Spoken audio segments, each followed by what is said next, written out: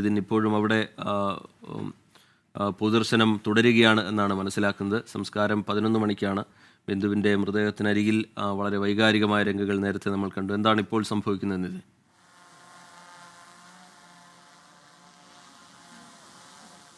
റീജിത്ത് പറഞ്ഞ പോലെ തന്നെ പൊതുദർശനം ഇപ്പോഴും തുടരുകയാണ്. കണ്ടു നിൽക്കാൻ പറ്റാത്തൊരു വേദനാജനകമായ ഒരു സാഹചര്യമാണ് ഇവിടെയുള്ളത്. അല്പസം മുമ്പാണ് ബിന്ദുവിൻ്റെ മകൻ നവനീതും മകൾ നവമിയും ഇവിടെ നിന്ന് പോയത്. കാരണം നവമിയുടെ ശസ്ത്രക്രിയയ്ക്ക് വേണ്ടിയായിരുന്നു ബിന്ദു ആശുപത്രിയിലേക്ക് പോയതും ഈ ഒരു ദാരുണമായ സംഭവം ഉണ്ടായതും ഇന്നലെ ആ ഒരു മരണവാർത്ത നമ്മളെ ആകെ നാട്ടുകാരെയും വീട്ടുകാരെയും ആകെ വേദനിപ്പിക്കുന്ന ആ ഒരു മരണവാർത്ത നമ്മൾ അറിഞ്ഞത്. ആ ഒരു വാർത്ത കേട്ടപ്പോൾ തന്നെ വീണതാണ് ബിന്ദുവിൻ്റെ അമ്മ സീതാലക്ഷ്മി. അതിനുശേഷം പിന്നീടുണ്ടായ ഒരു സാഹചര്യം നമ്മളെല്ലാം കണ്ടിരുന്നു. ഇന്നത്തെ രാവിലെ നമ്മൾ വീടിൻ്റെ ഒരു പശ്ചാത്തലം തന്നെ കണ്ടിരുന്നു. അങ്ങനെ സാമ്പത്തികമായി വളരെ പിന്നോക്കം നിൽക്കുന്നൊരു കുടുംബമാണ്. ഇപ്പോൾ വൈക്കം MLA ആശ 24 ചെയ്യുന്നുണ്ട്. MLA ഒരു സാമ്പത്തികമായി പിന്നോക്കം നിൽക്കുന്ന കുടുംബമാണ്. അപ്പോൾ എങ്ങനെയാണ് നമ്മളെ കുടുംബത്തെ ഒരു ഏറ്റെടുക്കാനുള്ള ആലോചിക്കുന്നത്?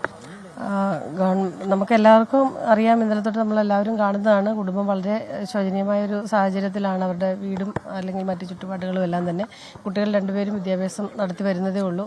കൂലിപ്പണിക്കാരനാണ് ഹസ്ബൻഡ്. അപ്പോൾ അതുകൊണ്ട് തന്നെ സർക്കാർ ചേർത്ത് നിർത്താനുള്ള കാര്യങ്ങളെല്ലാം ചെയ്യും. ഇന്ന് രാവിലെ തന്നെ അതുമായി ബന്ധപ്പെട്ട് ഗവൺമെൻറ് ആലോചനയുണ്ട്. തുടർ ചികിത്സയും ലോണൊക്കെ എടുത്തു ബന്ധപ്പെട്ട കാര്യങ്ങളാണ് അവർ ആശങ്കയ്ക്ക്. തുടർ ചികിത്സ ഇന്നലെ തന്നെ അവർ പറഞ്ഞിരുന്നു. അപ്പോൾ അതുമായിട്ട് തുടർ ചികിത്സ നടത്തുന്നതുമായി ബന്ധപ്പെട്ട് കൂടി മറ്റ് സഹായങ്ങളോടൊപ്പം തന്നെ അതും ചെയ്യുന്നതിനായിട്ടുള്ള തീരുമാനം ഇന്ന് എടുക്കും എന്നാണ് മനസ്സിലാക്കുന്നത്. വലിയൊരു അനാസ്ഥയുമായി ബന്ധപ്പെട്ട് കുടുംബത്തിലെ പരാതി ഉന്നയിച്ചിരുന്നു. അപ്പോൾ ഏതെങ്കിലും തരത്തിൽ പരിശോധിക്കാമെന്ന് അങ്ങ് ആവശ്യപ്പെടുന്നുണ്ട്. അതെ, അത് ഗവൺമെൻറ് എന്തായാലും പരിശോധിക്കും. ഇന്നലെ അത്തരത്തിലുള്ളൊരു ചർച്ച ഉണ്ടായത് ഇപ്പോൾ അവിടെ ചെല്ലുമ്പോൾ ഉള്ളൊരു സാഹചര്യത്തിൻ്റെ അടിസ്ഥാനത്തിലാണ്. ഇപ്പോൾ നമുക്കെല്ലാവർക്കും അറിയാം, അതിനകത്തൊരു ഹിറ്റാച്ചി എത്തിക്കുന്നതിന് പോലും വലിയ പ്രയാസമുള്ളൊരു കെട്ടിടത്തിൽ 4 വശവും കെട്ടിടമുള്ള ഒരു ഗ്രൗണ്ടിലേക്കാണ് ഇത് വീഴുന്നത്. പെട്ടെന്ന് തന്നെ അവിടെ ഒരു ഹിറ്റാച്ചി എത്തിക്കുന്നതിനുള്ള ഒരു പ്രായോഗികമായിട്ടുള്ള തടസ്സം ആ സമയം ഉണ്ടായിട്ടുണ്ട്. അതല്ലാതെ മറ്റു കാര്യങ്ങളിൽ തടസ്സം ഉണ്ടായിട്ടില്ല എന്ന് തന്നെയാണ് ഇപ്പോൾ വരെയുള്ള നമ്മുടെ ഒരു ഇത്. പിന്നീട് എന്തെങ്കിലും ഉണ്ടായിട്ടുണ്ടോ എന്നുള്ളത് പരിശോധിച്ച് റിപ്പോർട്ടുകളുടെ അടിസ്ഥാനത്തിൽ മാത്രം പറയാൻ പറ്റുന്നൊരു കാര്യമാണ്. വിദ്യാഭ്യാസ ലോൺ ഉൾപ്പെടെയുള്ള കാര്യങ്ങളാണ് ഇനി ആ കുടുംബം തരത്തിലുള്ള വിഷയങ്ങളാണെങ്കിലും ആ കുടുംബത്തെ ഈ സർക്കാർ ചേർത്ത് നിർത്തുന്നതിൽ യാതൊരു സംശയമില്ല. അതിനുള്ള നടപടികളുണ്ടാവും. MLA വൈക്കം MLA പറഞ്ഞിരിക്കുന്നത് കുടുംബത്തെ ചേർത്ത് നിർത്താനുള്ള നടപടികൾ ഉണ്ടാകും. അത് സാമ്പത്തികമായും അതോടൊപ്പം തന്നെ കുടുംബത്തിനൊപ്പം ഈ ലോൺ മറ്റു കാര്യങ്ങളുള്ളതുമായി ബന്ധപ്പെട്ട പ്രയാസം നേരത്തെ തന്നെ ബിന്ദുവിന്റെ ഭർത്താവ് നിതിൻ അംബുജനാണ് തലയോലപ്പറമ്പിലെ ബിന്ദുവിന്റെ വീട്ടിൽ നിന്നുള്ള വിവരങ്ങൾ നൽകുന്നത്. അവിടെ പൊതുദർശനം നടക്കുകയാണ്. ജനപ്രതിനിധികളടക്കം നാട്ടുകാരടക്കം അവിടേക്ക് അവസാനമായി എത്തി ബിന്ദുവിന് യാത്രാമൊഴി നൽകുകയാണ്.